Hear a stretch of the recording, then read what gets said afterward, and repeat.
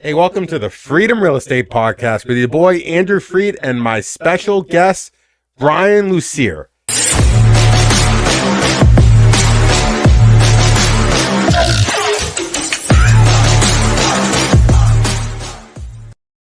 This guy is an absolute legend in our market. He's been in the Massachusetts and Rhode Island markets for upwards of 20 years.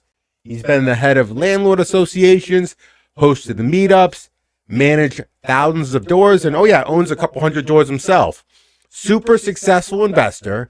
But what is really interesting about Brian is he doesn't only invest, he's also an artist. He started out as a musician, as a bandmate, as a marketer. Like, this guy has an artistic eye, which is very unique in real estate. So welcome, Brian. Happy to have you here.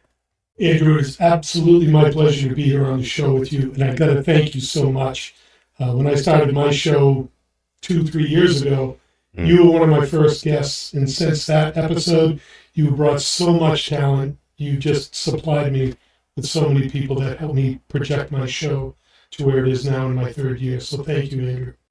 It's honestly my pleasure. But I mean, you bring up a really good point. You know, you have a podcast yourself. Just to let our audience know, like, what value do you get from hosting? You're right over there? I don't want to, Yeah, it's a car crash. I'm assuming you get value from your podcast. What sort of value do you get from hosting a podcast, obviously, other than providing, value to your audience? I learned something from every guest, every show, because it's following my guests down the rabbit hole. We ask the same questions, but everybody has a different story. So some people are GPs, LPs, do commercial, do industrial, short-term, long-term, all kinds of different people on the show. We have syndicators, and everybody's got their own little niche or bag of golden nuggets.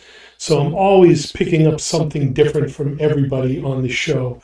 One thing that is definitely a common is the mindset to do real estate, having that I believe I can do this mentality. And that's really jacked me up to grow the show, get a diverse number of guests doing different things on it. And I really, really enjoy it. I get just as much out of the show, hopefully, as people watching the show do. Yeah, I mean, you bring up a lot of great points, some of which are, you really get to leverage other people's best practices, right? You get to learn from the people actually making it happen. And everybody that I bring on the show is doing it. And one of the taglines we just adopted is from beginners to billionaires. And we've had 2 different billionaires on the show. And just their mindset, I mean, their ethics, there's a common core all the way from the beginner up to that person that is managing like thousands of doors. But the mindset of, okay, this is how I'm going to do this, and I can do this. It's believing in yourself that you can actually make it happen, all the way from beginner to billionaire. Yeah, and, I think it all comes down to, modeling, right? Like, any one of us could be that billionaire if we modeled their behavior. And that's what's great about podcasts. That's what's great about providing value to the audience. And that's what's great about having guests on your show is you get to really see what behavior they exhibit that got them to that level. True. And I've heard Brandon Turner say this. That beginner might see that billionaire and say, wow, I'd love to be that person or do that. And then Brandon will say, be prepared what you ask for, because when you get to that level or that next plateau, be prepared, because now you're going to be solving the issues and problems at that level. I mean, that billionaire is still solving problems, but the level of problems and the weight of those problems is going to be different from that person who's maybe getting their first single-family home, doing a flip, or a 3-family. We call them triple-deckers here in New England. So it's a different level of answering the questions and dealing with the issues. So you may see somebody making $10,000 a month, $20,000, $50,000 a month, but just know that with that, there's a level of expertise and grit and temperance that has to go with it. When you get up to that level, your problems and issues that you're solving, the questions that you're solving, exponentially get bigger. Yeah, I mean, you're absolutely right. Your level of success is directly correlated to the level of problems you can solve, right? And people also have to keep in mind, right? You build up that skill over time. Like the amount of problems I can solve now, 10 years ago, I couldn't even imagine solving those problems. Let's give you a quick example. Like, I had a deal 2 weeks before close. The bank ended up telling us we had to come up with $250,000 more, like out of nowhere, right? My former self, back when I was in college, there's no way in hell I'd be able to resolve that. Now, all I needed was a couple calls. I figured it out. I got a promissory note. I got the money. I got it to close, right? So, I think people have to keep in mind, like, they look at, me or you, and they're like, how the hell can they handle all this? Is because we built it up. We acclimated to that level of challenge over time. Absolutely. And same thing. We just closed a 7-unit, and last minute the bank says, oh, by the way, you need 6 months of reserves. That's going to be an escrow that you can't touch until you stabilize the property. And I called him the other day, and he says, not until you come in with 7 signed leases and a debt service income ratio of 1.25 could I even access that money. And at this point, I mean, if I were 10, 15 years ago, I'd be freaking out because that's a lot of money I can't touch. But now my mindset is, okay, the money's sitting there. It's in reserves. It's safe. That's the best place it could be right now. Yeah, I mean, that's pretty common in lending today. Lenders coming up with interest reserves last minute. I see that time and time again. And, a good strategy to help me, negate that is, getting on the phone with the lender and understanding what their dilemma was, right? And I think one of the same exact situation happened to me. 2 weeks before close, they come up with a crazy interest reserve. So I get the lender on the phone. I'm like, what is your concern? Why did you implement this last minute? And he was like, well, you and your partner have a lot of flips going on. Your global debt service coverage ratio is all over the place. We feel better about that. I'm like, interesting. So that's your concern. How about this? How about we have one of our investors is a high level doctor, makes $1 million a year. What if they co-sign? Would that negate your concern and remove the interest reserve? And they said yes. Right. So, I think that this is a common thing I see in lending today, but I think it's also very important to kind of understand the concerns of the other side, because sometimes you can negotiate yourself out of that interest reserve. You're spot on, because mostly commercial loans, terms are negotiable, right? You can always do that. You can put more money into the deal. Like the deal we just closed was 20% down, 80%. We probably would have gotten better terms, better rate, and a lower mortgage payment if we did 30-70. I was in Dallas with Ken McElroy's Limitless event, and Ken McElroy is now buying properties again, and he's going in 40-60, 50-50. He's putting 50% down.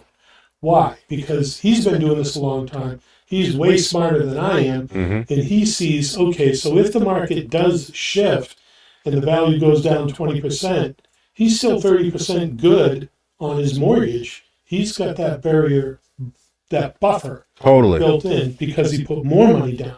Now, on this show, on this podcast, some people's jaws probably just drop, say, no, I only want to put 20% down. Well, you're thinking, okay, that's short-term money that I have to put down.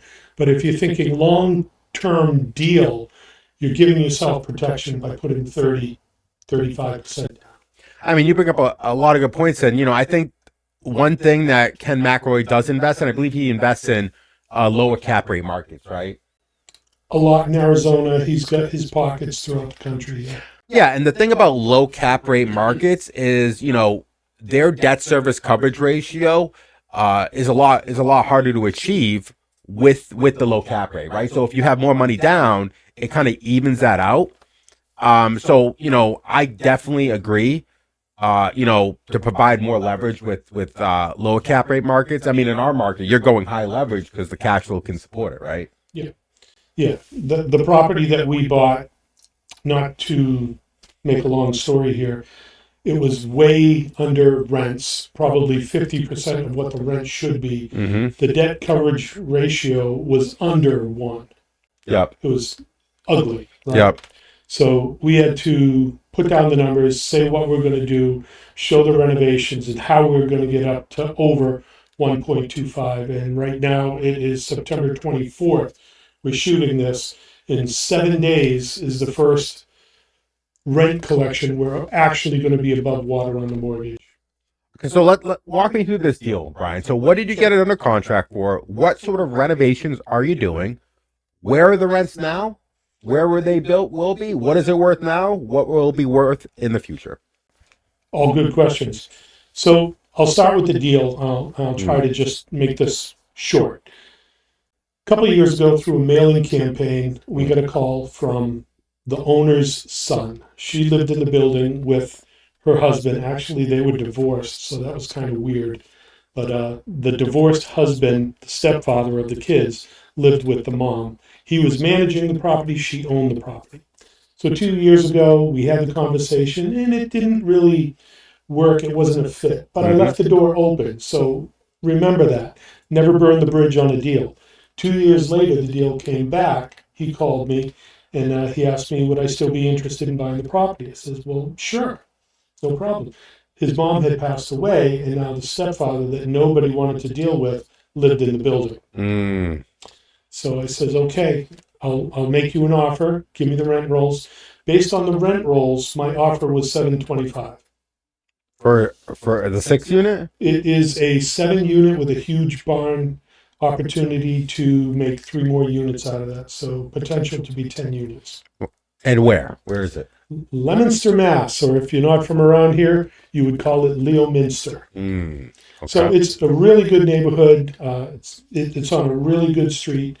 It's great location. So Okay. I love the property for all of that. It's a great property. Actually, historically, I think it was, I can't think of his first name. It began with an A, but Pollard. In the beginning of the 1900s, he was one of the largest fashion publishers in the country. So that's the history of the house. Anyways, fast forward to here we are. We worked out the deal. He said $725 won't work. He wanted $950. I said, based on these rents, I can't do it. $950 won't work. So I offered to take it, warts and all, deal with all the problems, raise the rents. There's a hoarding issue at the property in 2 of the units and the barn, a full barn filled with stuff that I need to deal with. That's okay. This is all part of the deal. So I took all that on. The rents should have been $1,300 and $1,800. They were $800 and $1,100. So way under market value. 7 units. There are now 4 occupied units. October 1st, those are at market rent. And just off of those 4 rents, we're going to meet the mortgage. So we're going to cover what needs to be done. What needs to be done, 2 of the units we're going to totally rehab. They're all gutted out right now. In 2 days, the electrician goes in and does one of the units. Next Tuesday, the plumber goes in and does that, and then we can put it all back together again. And we were talking in the green room before all this. Hi, everybody. I'm a perfectionist. Andrew was ribbing me about doing my own rehabs, and I'll let him poke the bear on that one. But I am a perfectionist, and I have a saying, if I can see it and you can see it, the tenant can see it. Fix it. So I'm going to save about 40 to 60 grand going in doing my renovations on this project, which, because of the debt and the debt service ratio and all that, the money I have to put into the deal, for me, it's going to make sense. For some investors, it may not make sense. You might want to hire a crew to do all that. I know my capabilities. I can run my business during the day, weekends, and sometimes after hours. I can bang this out. I'm fast. I can do that. So the rents are up. We've got 2 units we're renovating. And then the stepfather that nobody wants to deal with. This is an interesting story. I don't think he's going to watch this show, so I'll tell the story. A little bit of a rabbit hole. For 18 years, I was president of a landlord association.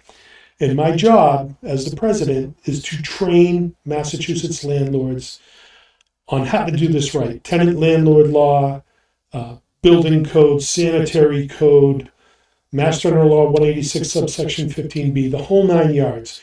This is how you do it. You run it as a business. You do it right. I train landlords to do this. Okay, now here we are back on the deal.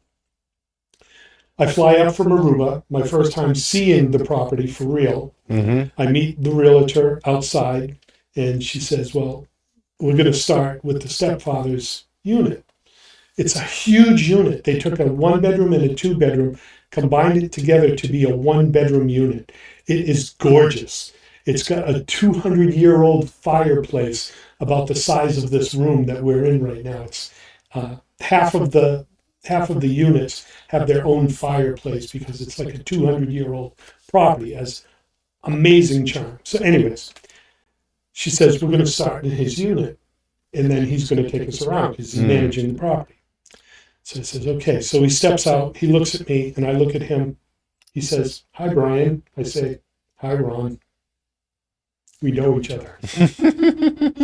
He's one of the landlords I've been training for the past 18 years. So he knows I know the game. I know he knows the game. And he knows that I have to ask him to leave because he's staying in a unit which we're going to convert to a 3-bedroom, which we're going to get $2,700 for, and he's not paying rent. But I'm not being a jerk about it. I'm working with him. We're going to do what we need to do, and we're going to help him relocate. Okay. So, I mean, hey, it sounds like that worked in your benefit, right? I mean, it sounds like you had a pre-existing relationship with him, so. Yes, and I said it earlier, don't burn the bridges, because you never know when you're going to cross that bridge again. Okay, so getting down to the numbers, you bought it for what, $725, right? Actually, we had to buy it at $900 to close the deal, and I take it warts and all. Okay, so you bought it for $900. And what's the pro forma rent once it's done? Like the market rent on this property? It will be 13s and 18s. So when we bought it, it was $3,855. After we stabilize the property, it's going to be just north of $10,000 a month. Okay, and then how much money will it need to get there? We're another 40, 50K away from finishing the whole lift. Okay, so you're essentially all in. Rent rolls 10 grand with the ability to probably add 3 to 4 more grand down the road once you convert that space to extra units, right? Yeah, that'll probably be another $6,000 a month. So I mean, without that additional value, it's probably a base hit. You're probably talking 8-9% return, right? But if you convert those units, you're essentially creating upwards of $400,000 of equity, right? Yes, that's a really good point. On all my numbers, on all the appraisal and everything like that, and actually I took a tip from you on your podcast when you told me about appraisals, so I'll get to that story. But we were buying it at $900. We wrote the offer at $925, so we baked in $25K for ourselves at the closing. Perfect. So that worked out fine. It all worked in the numbers at 20 to 80 at $925, and we were good. Totally. So here we are. We're putting this whole thing together. Now the appraiser, this was a little sticky. The broker, I went in without a broker. Okay. No attorney, no broker. Don't do this at home, kids. Right? Listen to Andrew. Follow Andrew's advice. Don't follow my advice. I've been doing this a while. I know how to close the deal. I did all this stuff. I've got my CSL. I know how to look at a property. So he could be a broker if he wanted to. I saved the seller brokers the commission, which was appealing for them to offer me the deal. Okay. There was another gentleman who was interested in it. He'd also been on my show a couple months ago before this deal, and he said, well, if Brian's doing the deal, I'll back off. If Brian doesn't do the deal, then I'll put it in offer. Yep. So thank you very much, Eric.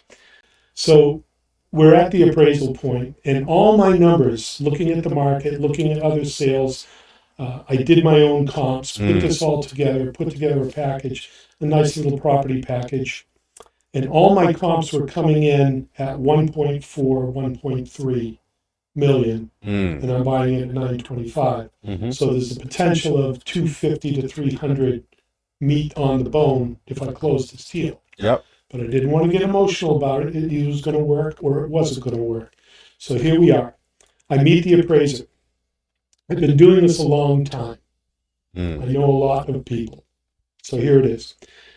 So I meet the broker there. And I says, I've got this package and I'd like to give it to the appraiser. He says, I don't think you should do that. I don't think that's appropriate. He says, well, okay, I'll respect that.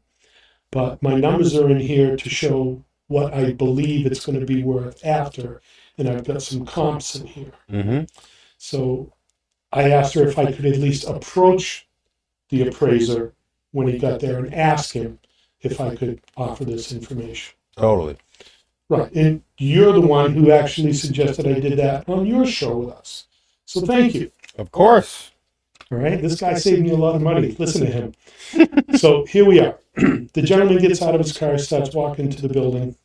I said, hey, Frank, how are you? He says, hey, Brian, how are you? We know each other. He's appraised other properties from me before. So I said, oh, yeah. And he's reminiscing, saying, oh, I remember that property you did in Gardner, the 6-unit, and you did the real nice bathrooms and the kitchens with the backsplash and all that. That's the same thing we're going to do here, but we're going to upgrade a few things, do marble, blah, blah, blah. So he already knows who I am. I already know who he is. He already knows the work I'm going to do, and he's going to look at a property that he knows I'm going to renovate. Mm. Okay, so the instructions were for him to give the appraisal based on the rents, which would have brought me down to that 725 number, and I'd have been putting 30-40% down. So I gave him the book, showed him the pictures, the renovations, and one of the properties that he had appraised for me, I had the pictures of that renovation. I said, remember this one? He says, oh yeah, that one and that and the backsplash and everything. So you never know who you're going to run into, and then again, don't burn that bridge. So I worked it out with the lender that he would give me both the after repair value and the current base. So they blended it in and came in at 1.1 million. So I closed with $200,000 in equity. See, folks, that's an expert tip right there. Is when you're trying to go for a property with a debt service coverage ratio absolutely blows, you're going to want to ask for construction money. You could even ask for $50K, but that results in a before and an after appraisal where they take the market or the pro forma rents into account, allowing you to achieve the debt service coverage ratio you need to only bring 20 to 25% down. Because ultimately, if you don't do that, they're going to require Brian to bring 30, 40, 50% down on a $925,000 purchase. And that, that's the difference between $400,000 and bringing $200,000, right? And, he brought up a couple other good points, which I like to do this, in my business dealings, is I always like to build in seller credits. But not only that, I also like to build in a buyer's commission. Right? So I'm building 2% buyer's commission and 2% seller's credit. And the reason for that is because ultimately that just lowers my out-of-pocket costs, right? Like if I can borrow, 4% more at a 6.5 rate and the property's producing a 9-10% cash and cash return, the more money I leverage, that only amplifies the return. Right? So these are some strategies that I utilize. It sounds like Brian very much utilizes these strategies as well. And, they really differentiate the difference between maybe like a 1 or even a 2% cash and cash return on the property. So they really have a major effect, right? So, Brian, we're looking at you. You're obviously very experienced. You obviously had 20 years of experience, but like, let's just talk about your first deal, right? Like, what was your first deal like? Because obviously you sound like you know what you're doing now, but Brian Lucier didn't always know real estate, right? No. Brian Lucier was an idiot when he started. We call that an ID10T error. Okay. Yeah, Okay. idiot, right? So the first deal we ever did, we bought for $215,000. It was a 3-family in Gardner. I put $40,000 down. Do the numbers. I put way too much money down on that, but I wanted to close the deal. If I knew what I knew now, I probably would have put 20 grand down. Sure. But that was way back when. So we put the 40 grand down and renovated it, did some work to it. And this was back in 2001. We closed on it September 1st, 2001. Was that the .com bust or? 10 days later, the towers came down. Oh, yes. It's all coming back now. We thought, oh no, what have we done? Yeah. We just bought a property and the world's going to hell. And then after a couple months, it stabilized out again. People were paying rent. It's like, okay, well, this seemed to be a blip on the radar as far as real estate. Mm-hmm. So the market was still going up at that time. We refinanced out that property twice. We took $90K out of it as the value was going up, and bought 2 more properties. The values were still going up, so we leveraged those 2 properties. So I took my 40 grand within 2.5 years and leveraged it into $1.2 million worth of assets. Yeah, and that's called stacking, right? Using equity in real estate to buy more and more and more real estate, right? Like, you did it right, you did it smart, and ultimately, like I don't know, I mean, ultimately, that's a fantastic that's a fantastic start to your real estate endeavor. I give all the credit to Norm LaPointe on that. He was a commercial guy, and he's the one who introduced the idea of refi cash out to us. Okay. He said, but you can do this in residential as well. So it's like, okay, well, and the first time you hear that, you don't know what it means. So we did that first one and said, okay, well, let's try it again. And, ended up taking 40 grand and got it up to 1.2. And then we never looked back. And you took the strategy of, like, rather than investing in appreciation, you truly believed in cash flow. And that's primarily where a lot of your investments were, right? In Western Mass, in these Leominsters, in these Fitchburgs, in these Gardners, well, you're talking, like, back then, of course, you're talking a 10, 12, 14 cap rate, right? Oh, it was crazy. We were buying a lot of property in Gardner. And my mentality then, I wasn't experienced, but I could see that I could buy a property cheaper and get the same rents as Leominster, where I would pay more for a property. And, the cash flow was there. It just made sense to buy those properties. In hindsight, I learned that appreciation goes slower. So if you're buying out the suburbs in these lower markets, you buy for cash flow, not so much appreciation, because the appreciation sometimes takes 2-3 times as long. Yeah. Or if you're buying near a metro city, your cash flow might be inverse, but your appreciation is going to skyrocket. Yeah, I mean, I think you bring up a lot of really good points, and I think, a lot of newer people in real estate don't realize this and actually think the inverse, right? When it comes to cash flow, people think of cash flow as an offensive mechanism, right? But to experienced investors like you and I, cash flow is purely a defensive mechanism, right? It's purely there to keep the property, to ensure it's sustained up to your satisfaction. But what you really make your wealth on is the tax benefits, the mortgage pay down, the appreciation, the forced appreciation, right? Like, that's really where you make your money. And the cash flow is essentially just ensures that your asset is self-sustaining. You don't have to feed the beast. 100%. Cash flow just pays the bills and makes sure that the property is taken care of. All those other levers are the things that you learn over time when you do real estate. Like 27 and a half years depreciation for $1 million property. That's an outrageous tax deduction every year. Exactly. I mean, when I was in my heyday and I owned a lot of properties, don't hate me, I was paying maybe 2 to 3% tax. Period. Yeah, I mean, and that literally amounts to saving 30 to 40% on every dollar, right? It's dramatic. It's absolutely dramatic, right? And then where you and I really make our money is on the forced appreciation, right? Like, you and I go into these properties, like you said, you saw an opportunity that 3 units in a 7 unit essentially create $300,000 to $400,000 in equity just by making that move. Like, another common strategy you and I utilize, create additional bedrooms with the double living room situation, right? Convert attic space to bedrooms. Convert basement space to bedrooms. Like, these are all easy strategies to create value and create that equity that you can actually suck out and make a significant amount of money, right? Like, don't get me wrong, $500, $800 a month is great, right? But, when you get those 50, 100 and 150 grand checks in those cash out refis, that's what really moves the needle. Yeah, and cash out refis are money from reinvesting. Yep. It's not income. You're not Totally paying tax on it.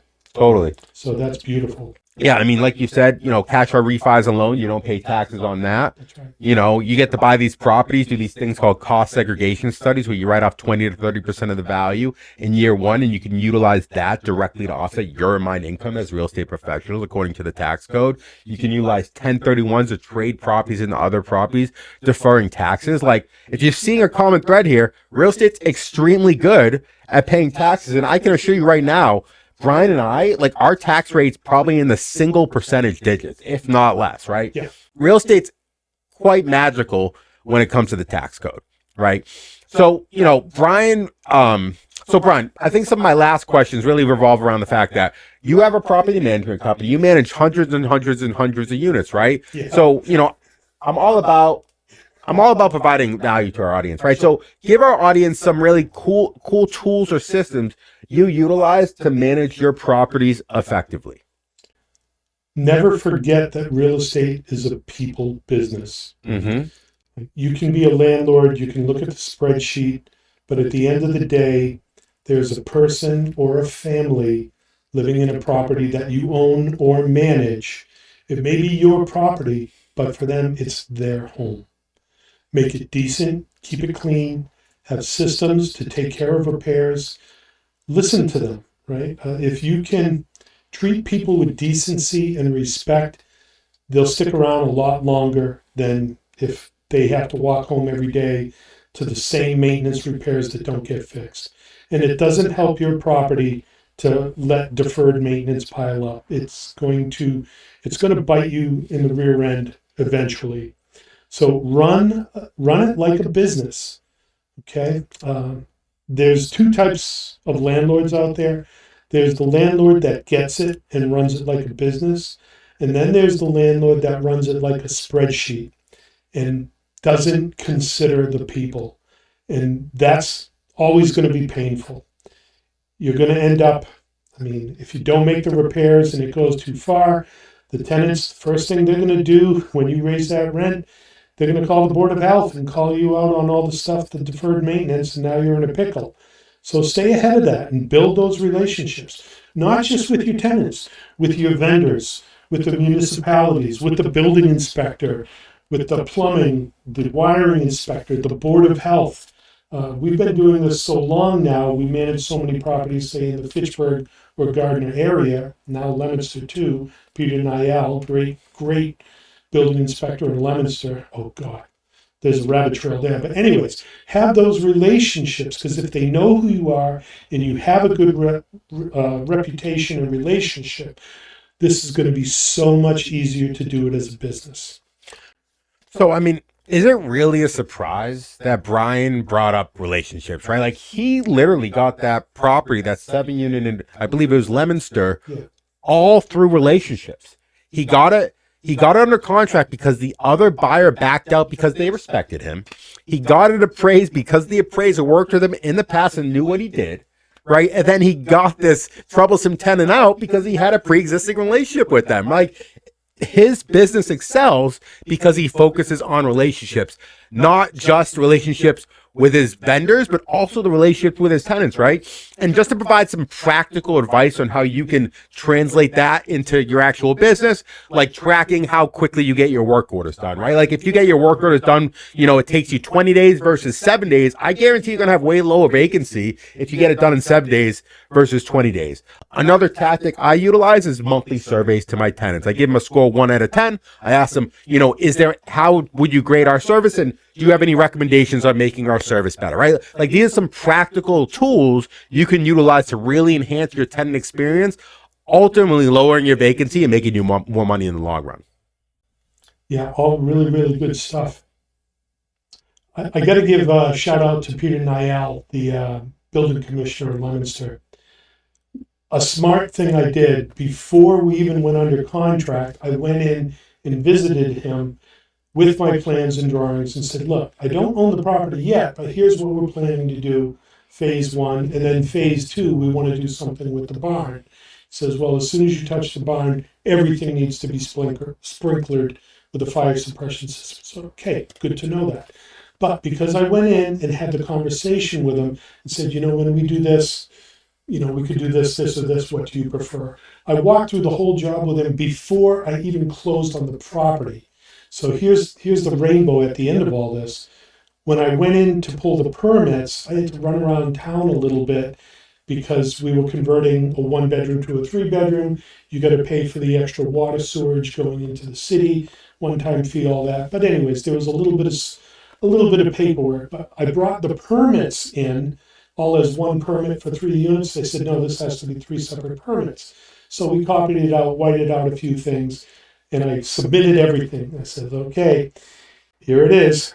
When do you think I can get the permits back? And Andrew, you know that when you submit a permit, a building inspector by code has 30 days to approve or deny your permit.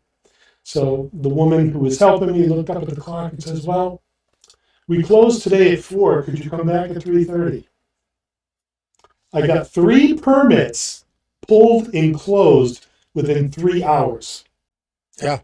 Not because of magic or anything, but because I was upfront. I told when Peter saw those permits come across his desk, he says, "Oh, I know what this is. I know what this is." Okay, sign. I went in by the end of that day, the day that I submitted the permits, I was hanging them in the front door of the property. So thank you, Peter. You're a rock star. It all comes down to relationships, right? Yeah. All right, Brian. So now we're going to do the fire round. Bring it on. All right, fantastic. So tell me, what 3 books in real estate could you not live without? Robert Kiyosaki, Cash Flow Quadrant, where he talks about having a job, owning a business, being a business owner, and then an entrepreneur. Definitely that book. Michael E. Gerber, The E-Myth Demystified.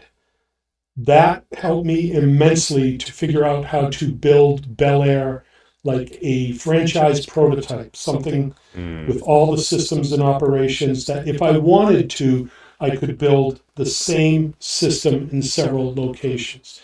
Those 2 books for sure. And then, boy, picking a 3rd book, I'm gonna have to go with Thinking Fast and Slow by Daniel Kahneman. Oh, I've never heard of that one. Yeah, that book, I read it when I was first starting to think about getting into crypto and stuff like that. He won a Pulitzer Prize in economics. So I figured, yeah, this would be a really good book to read to get an investor mindset. And I'll tell you why that book is so important to me at this point in my life. A little bit of a rabbit hole. I moved to an island 6 years ago, paid $1.65 for a condo, 5-bedroom condo overlooking the ocean. I had arrived. Real estate had got me to where I wanted to exit and be. And then I read Thinking Fast and Slow on the veranda overlooking the ocean and really got to wrap my head around the concept of loss aversion. So I have obtained the castle, the condo on the beach of my dreams. And then somebody offered me twice as much as what I paid for it cash. Wow. I didn't want to walk away. But now that I had understood the concept of loss aversion, it made it less painful. It hurt, but it made it less painful to let go of a piece of paradise that I really enjoyed and add 2 zeros to my bank account. Now I live in the building right next door, looking at the same ocean, the same sunset, and I have 2 more zeros in my bank account. So that book, I read it to become a smarter investor. So I'll give that one the credit. So Cash Flow Quadrant, E-Myth Demystified, and Thinking Fast and Slow. And I could probably give you another score, but you asked for 3. Good choices. All right, so Brian, if you could think back to your 20-year-old self and only give one piece of advice for them to be successful in this world, specifically in business, what piece of advice would you give them? I got to give 2. Go ahead. Buy real estate, cash flowing real estate, and get a mentor to show you how to grow. Those are great pieces of advice that I did Did you do that? Sounds like you did it as well, right? I didn't start real estate till I was 38 years old. But did you get a mentor? I did. Um, my first mentor, I paid $260 for Carlton Sheets' No Money Down course and listened to every CD and only understood a third of what he was trying to explain to me. And then eventually I ended up at the, what was it called? The expo where Donald Trump was in like 2003, the Annex Expo or something like that. That's where I ran into Dave Lindahl. He became my mentor and coach for several years. Did a lot of webinars, seminars, probably spent $100,000 easily on courses and education to get to where I am now. And thank you, David. You definitely got me to that island. And you got to get a coach. And we were even talking before all this.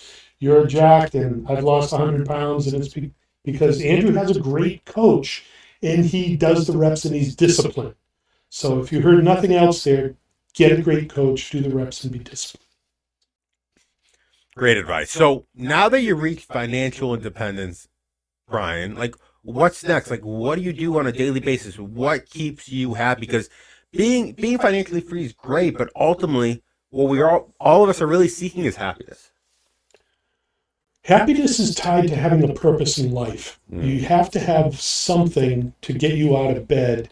And it's not always money, or it's not always the deal. It's something where you're adding value to life, to your life or to others people's lives. So for me, I've hit round circle.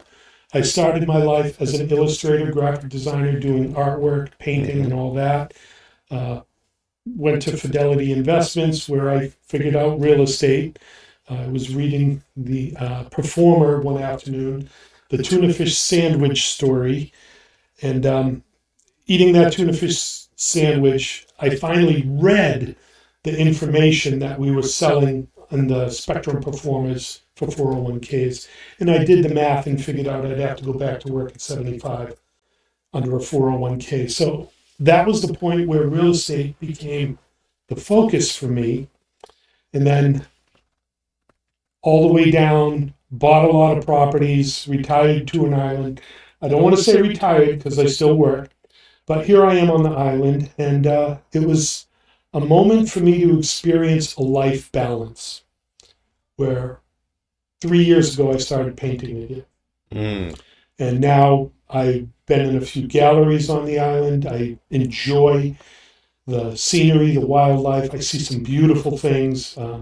You've seen some of my paintings. I enjoy it. The colors, if I had to describe myself, I'd say I was a French impressionist in the Caribbean. And I say all that to get back to the life balance, the purpose. So I have a dream and a vision, and I hope you hold me accountable on this. The pieces are already coming into place. I live on an island where the population is 500,000 people, and there are 3 orphanages. And that blows my mind that with 500,000 people, there can actually be an orphanage, let alone 3. So in the art community in San Nicolas, they do this event called Art Table, which is fantastic. It's like a sip and paint type thing. It's a long table, canvas on end, and like 50 canvases being painted, and the edges have to blend together. And they do that as a fundraiser to promote the gallery. I want to flip the script and do Art Table at the orphanage and just let the kids be kids. Make a mess. Spill the paint. Get paint on your clothes. Have fun. Be a kid for a day. And that is driving me, and I'm getting goosebumps telling the story. I've already met with the director of the orphanage. I've got 4 rock star artists on the island, like icons on the island, who said they're all in. They will absolutely show up and paint with the kids for the day. So I've got a few more pieces to put together, and I want to put this all together, Art Table at the orphanage for the kids. And then the kids can either keep the painting and remember something. Maybe it'll spark them to do something creative in their life, or The kids who want to, we can gather up the paintings, do an auction, and have this be a perpetual thing. Mm. So I would love to see that happen. So for me, that's a purpose that I have now that I'd love to see happen, because I see what art has done for me, and it's so funny to see the whole thing full circle now. Art led me into real estate, led me to an island, back to art, and now am I going to start a cycle in somebody else's life where they can do real estate or do art, something to give back. You get to the point where you've achieved, and now it's time to give. What a beautiful purpose. What a beautiful purpose. So Brian, now that we learned all about you, tell people where they can learn more about this beautiful man, Brian Lucier. Wow, beautiful man. Thank you. I appreciate that. So I've got a couple different entities. I've got a couple different businesses. For property management, it's belaire.co, BELAIRE.co. We manage properties in the northern Worcester County area. We have offices in Massachusetts, Los Angeles, and Aruba. We've got some rentals down there as well. My holding company is BHB Group. That's how I run the podcast. And then the podcast is the Why Not Real Estate podcast. And I got to give props to Andrew here because he helped me get that show off the ground. And now we're up to 125 episodes. And I love it. I love it because it's another way for me to give back from what I've learned. And I've had some rock stars on there. As I mentioned, we've had 2 billionaires on the show already. That's nuts. And they're happy to give back because they have that mindset. So if I can be there and share that mindset, I'd love to do that. 125 episodes. I'll have to come on sometime again. Again, yes. Probably run out of guests at this point. You know, I got to give him some props here because when he first came on, he was still a W-2. I think you were at 130 units. I was at, I think 18. Buildings. No, I think I was at 18 units. Okay, so now he's around 500 units, probably more, right? And this has been 2 years? Since our last, 2.5 years or so. It's been about a 2-year span that we've had this rocket fuel growth. When I was doing the show, I was happy to just stay on the island. But then all the Andrew Freeds in my life that came onto the show, it's like all these people are doing deals, and now I'm back here in the United States doing deals. So we'll see where this ends up. I see the market changing now. This is going to be the third market cycle I've been in, and the interest rates just dropped. And when the market does shift and it becomes a buyer's market again, this is going to be a millionaire maker market. And it's coming. I don't think it's here yet, but it's coming. Yeah, great advice. And I just want to thank Brian for coming on the Freedom Real Estate Podcast, and I'll catch you later.